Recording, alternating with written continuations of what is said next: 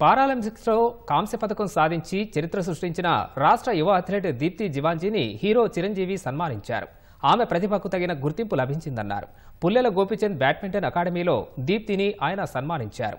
ఉమ్మడి వరంగల్ జిల్లాకు చెందిన గిరిజన బిడ్డ ప్రపంచ స్థాయిలో భారత్కు పథకం తీసుకురావడం అభినందనీయమని చిరంజీవి అన్నారు. ఆటల్లో మాధుర్యం ఉందన్న ఆయన ఆసక్తి ఉన్నవారు క్రీడల్లో రాణించాలని పిలుపునిచ్చారు. ఆ దిశగా కఠోర శ్రమ చేయాలన్నారు. నాకు గేమ్స్ అంటే చాలా ఇష్టం, కానీ ఎక్కడ నా ఇంటర్వ్యూలో కానీ నా గతంలో స్పోర్ట్స్ ఆడినట్టు ఎక్కడ లేదు.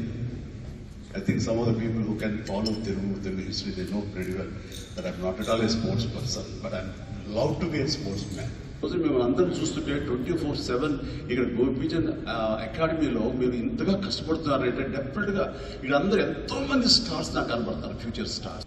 అండ్ మీరందరూ మన ఇండియాని గర్వపడేలాగా తలెత్తుకునేలాగా చేస్తున్నారు. మీ అందరికీ హృదయపూర్వకమైన ధన్యవాదాలు తెలియజేస్తాను. నాకు